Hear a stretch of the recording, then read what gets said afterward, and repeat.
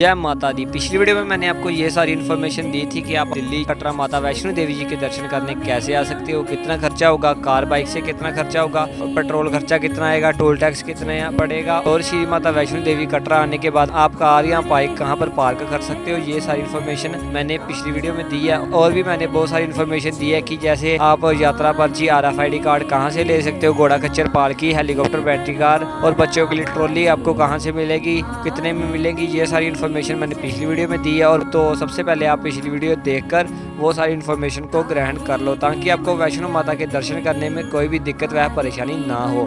और इस वीडियो में मैं आपको अर्धकुमारी से भैरवघाटी तक की सारी इन्फॉर्मेशन देने वाला हूँ कि आपको कौन सा रास्ता लेना चाहिए, गर्भजून गुफा में दर्शन करने के लिए पर्ची कहाँ से ले, कंबल कहाँ से ले, अर्धकुमारी में फ्री में स्टे कैसे करें, कहाँ करें, और डोरमेंट्री कैसे बुक करें। ये सारी इन्फॉर्मेशन मैं इस वीडियो में देने वाला हूँ। तो प्लीज आप माता के लिए एक वीडियो को लाइक कर लो और चैनल को सब्सक्राइब कर लो। जय माता दी।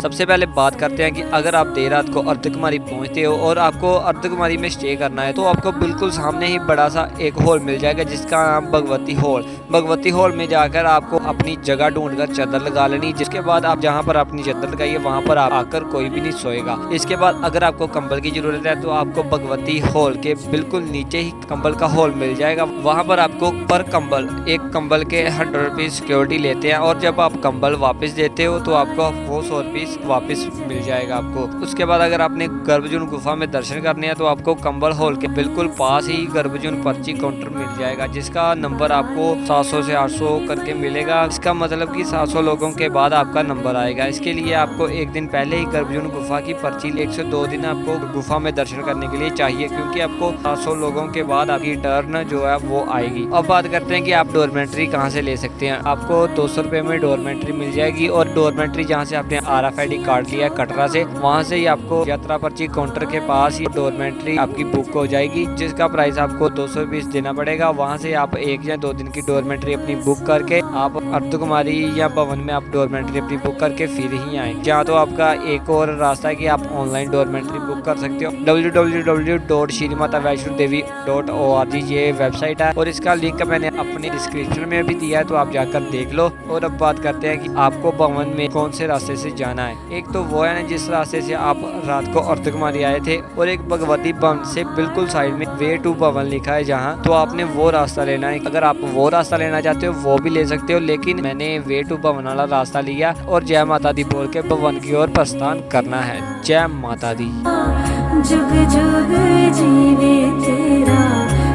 वे टू भवन वाले रास्ते से जाने के बाद हमको दिखती है एक टनल। टनल से हम जब गुजरते हैं तो देखते हैं यार बहुत सारे श्रद्धालु थे जो यार इस टनल में सोए थे, और टनल से बाहर जाते ही हमको और श्रद्धालु दिखते हैं जो कि यार आप देख ही सकते हो वीडियो में यार कितने श्रद्धालु हैं जो कि यहाँ पर सोए हैं। और आपको एक बात और कि जब भी आप माँ वैष्णो देवी जी के दर्शन करने आओ तो यहाँ पर आप अपने 2-3 कंबल तो लेकर ही आना। इसके बाद फिर थोड़ा सा आगे आने के बाद हमको दिखता है एक और व्यू पॉइंट में दिख रहा था हमको कटरा का नज़ारा। यार देखो इतनी रात को जगजगमाती लाइटें यार कितनी अच्छी लग रही है। कटरा का नज़ारा कितना अच्छा लग रहा है यार। तो हम सुबह के 6 बजे चले थे और अभी तक हमको कोई भी नहीं दिखा। और इस रास्ते से आपको खाने के लिए स्टॉल ना के बराबर ही मिलेंगे। तो आपको 2 किलोमीटर चलने के बाद फिर भोजनालय दिखता है जिसका नाम है भोजनालय साकेत। तो वहाँ से हम चाय ग्रहण करते हैं, चाय पीने के बाद हम चल पड़ते हैं, हम भवन की ओर प्रस्थान कर लेते हैं। अब तो इसके बाद फिर थोड़ा सा आगे आने के बाद 1-2 किलोमीटर फिर चलने के बाद हमको श्री माता वैष्णो देवी जी के भवन के दर्शन हो ही जाते हैं। भवन के दूर से दर्शन करने के बाद जो भी हमको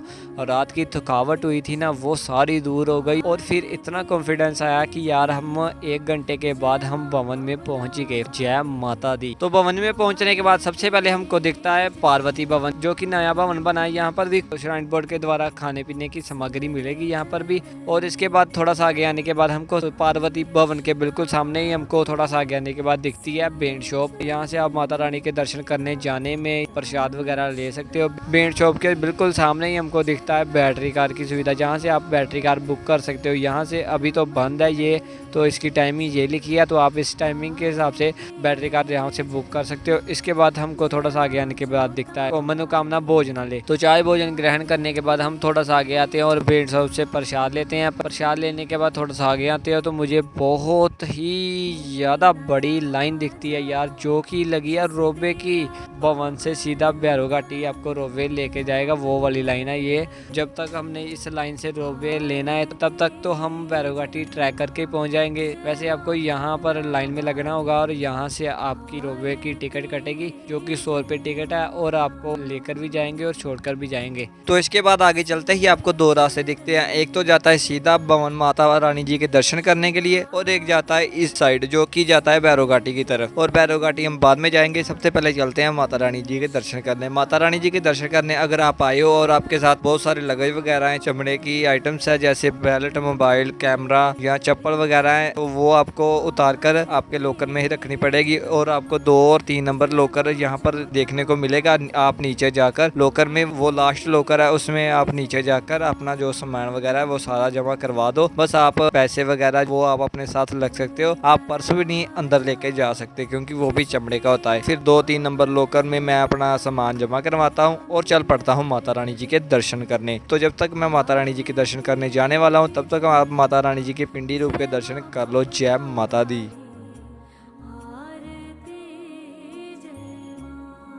तो भक्तों फाइनली यार माता रानी जी के दर्शन हमको 10-15 मिनट में माता रानी जी के दर्शन हो गई, और इतने अच्छे दर्शन हुए ना माता रानी जी के यार, मैं आपको बता ही नहीं सकता। मेरे चेहरे से आप देख ही सकते हो यार कितने बढ़िया दर्शन हुए। 10-15 मिनट में दर्शन हो गए। कई बार तो 1-2 घंटे लग जाते हैं दर्शन करने। ये तो श्रद्धालुओं पे डिपेंड है कि कितने श्रद्धालु होते हैं दर्शन करने के लिए। अभी तो माता रानी जी के दर्शन करने के बाद अभी हम अपने लॉकर से सामान ले आए। सामान लेने के बाद अभी हम जा रहे हैं भैरो घाटी दर्शन करने।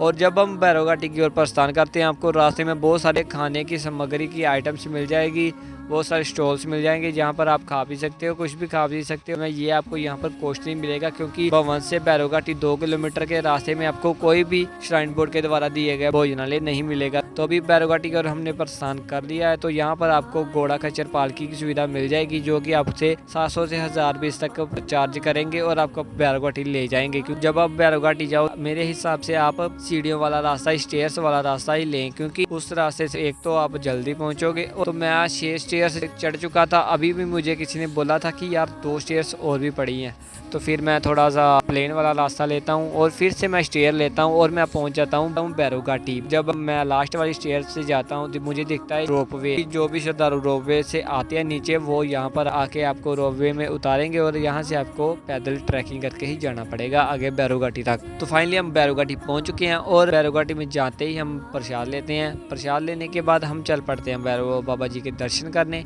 भैरो बाबा जी के दर्शन करने के लिए आपको जूते जो है आपके बाहर ही उतारने पड़ेंगे। यहाँ पर कोई भी लॉकर नहीं है और वीडियो बनाना सख्त अलाउड नहीं है। तो अभी मैं चलता हूँ भैरो बाबा जी के दर्शन करने और मिलता हूँ आपको भैरो बाबा जी के दर्शन करने के बाद।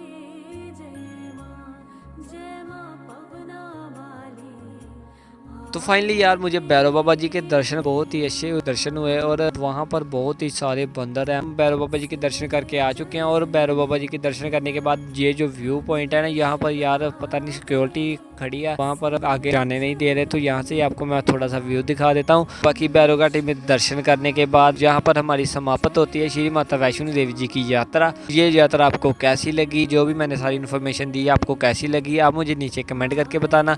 अगर आपको कोई भी इन्फॉर्मेशन चाहिए, मैं नहीं दे सका, कोई इन्फॉर्मेशन मेरे से भूल हो गई हो कोई, तो आप मुझे नीचे कमेंट कर सकते हो। बाकी मिलते हैं आपको एक और नई यात्रा में। जय माता दी।